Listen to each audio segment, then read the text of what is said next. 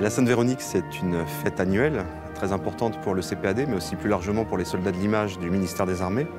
C'est un moment de cohésion avant tout, hein. Ce n'est pas une fête religieuse, c'est un moment de cohésion où on se retrouve tous, à la fois justement pour avoir un moment partagé, mais aussi pour se souvenir de nos soldats qui sont morts ces dernières années lors des derniers conflits, en faisant leur métier à la fois de soldats et à la fois d'opérateurs vidéo ou film ou photographes.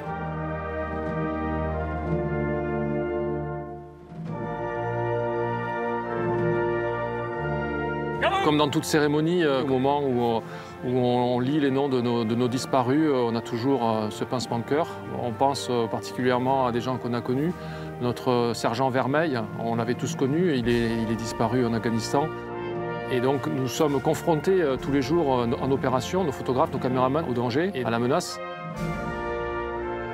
Caporal-chef Maurice Buranton, photographe, mort pour la France en captivité le 14 juin 1952 au Tonkin.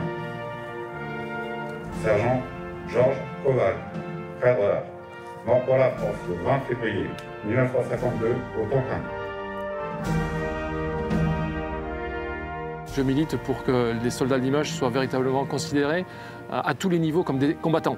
Voilà. Un soldat de l'image, c'est avant tout un combattant, armé, avec le même équipement que ses camarades et ses frères d'armes des forces terrestres, mais également armé d'une caméra ou d'appareil photo pour rapporter les images du conflit.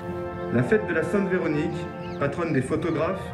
Les émotions qu'on ressent dans une cérémonie comme ça, il y a évidemment de la fierté. C'est une rare fois dans l'année où vous avez l'ensemble du personnel civil et militaire qui est présent, donc c'est une fierté d'être le directeur de cet établissement. C'est aussi beaucoup d'émotions lorsqu'on est face au monument aux morts et qu'on fait l'appel aux morts, donc c'est un sentiment assez mêlé, mais c'est un moment important.